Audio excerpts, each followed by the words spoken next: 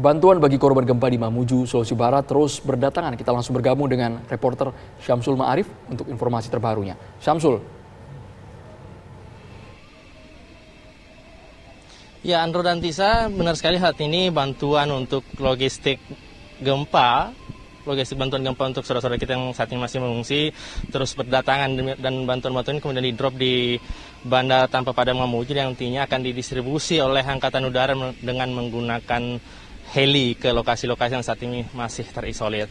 Namun untuk mengetahui seperti apa proses pendistribusian dan heli-heli apa saja yang digunakan untuk mendistribusikan logistik ini, saat ini sudah bersama dengan kami Asops Koops AU 2 dengan Kolonel Penerbang Eko Sujatmiko. Selamat petang, Pak. Selamat petang, Mas. Pak, distribusi logistik untuk korban-korban saudara-saudara kita yang masih yang terisolir, biasanya menggunakan pesawat berapa banyak sih, Pak?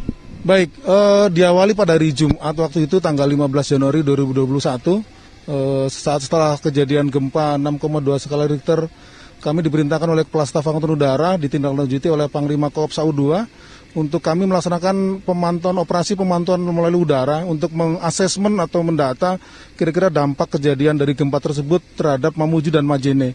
Setelah itu kami laporkan informasi tersebut kepada pimpinan. Ditindaklanjuti pada hari itu juga Jumat langsung melalui bantuan dari Jakarta dikirimkan Hercules TNI Angkatan Udara untuk landing pertama kali di Mamuju. Setelah itu mulai dari hari Sabtu sampai dengan hari ini sudah dilaksanakan 17 sorti penerbangan Hercules dari Jakarta maupun Makassar, kemudian 9 sorti Boeing 737 TNI Angkatan Udara, 4 sorti CN235, kemudian membawa distribusi logistik ke Mamuju melalui udara. Ada beberapa juga mungkin yang melalui darat. Kami sampaikan adalah yang melalui udara seperti demikian. Dari tadi malam sampai dengan hari ini pun masih mengalir.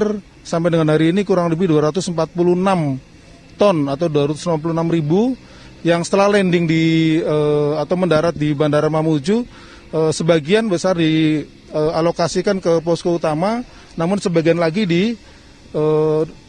standby-kan di posko udara ini yang kami bersama staf dengan Paskas, dengan BNPB staf, kami diberitakan langsung oleh Kepala BNPB untuk mengendalikan seluruh unsur udara, baik dari TNI Angkatan Udara, 1 pesawat Super Puma, kemudian 5 pesawat dari BNPB, ada MI, ada Chinook, ada Airbus, semuanya setelah bantuan yang mendarat di bandara, sebagian kita standby-kan ini kita distribusikan ke daerah-daerah yang terisolir, terutama daerah-daerah yang belum tersentuh atau belum mendapat distribusi karena kesulitan melalui jalur darat yang terputus. Itu kami menggunakan 1 heli Super Puma dan 4 heli BNPB yang kami mendistribusikan beberapa bantuan kepada masyarakat yang sangat membutuhkan, mulai dari sembako atau makanan, kemudian pakaian, perlengkapan bayi, susu bayi, tenda, selimut, sampai dengan masker. Bahkan beberapa lokasi yang belum diperbaiki untuk listrik dikirim juga melalui BNPB bersama kami dari TNI Angkatan Udara, genset serta lampu emergensi. Pak, untuk saat ini apakah masih ada ternyata daerah-daerah yang masih terisolir dan sama sekali belum tersentuh nih, Pak?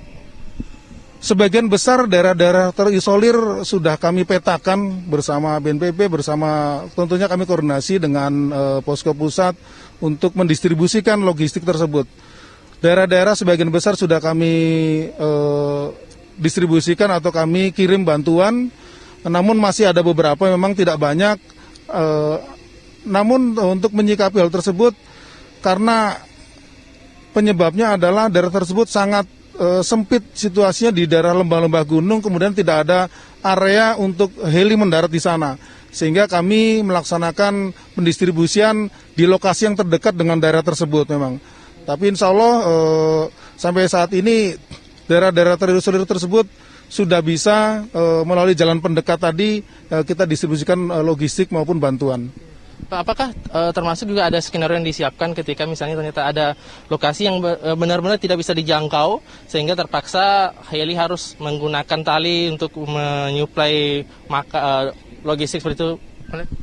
Kami masih merencanakan juga menggunakan seling yang kita tarik di bawah itu digantung, namun teknik yang itu mungkin teknik yang kami terakhir harus kita kerjakan.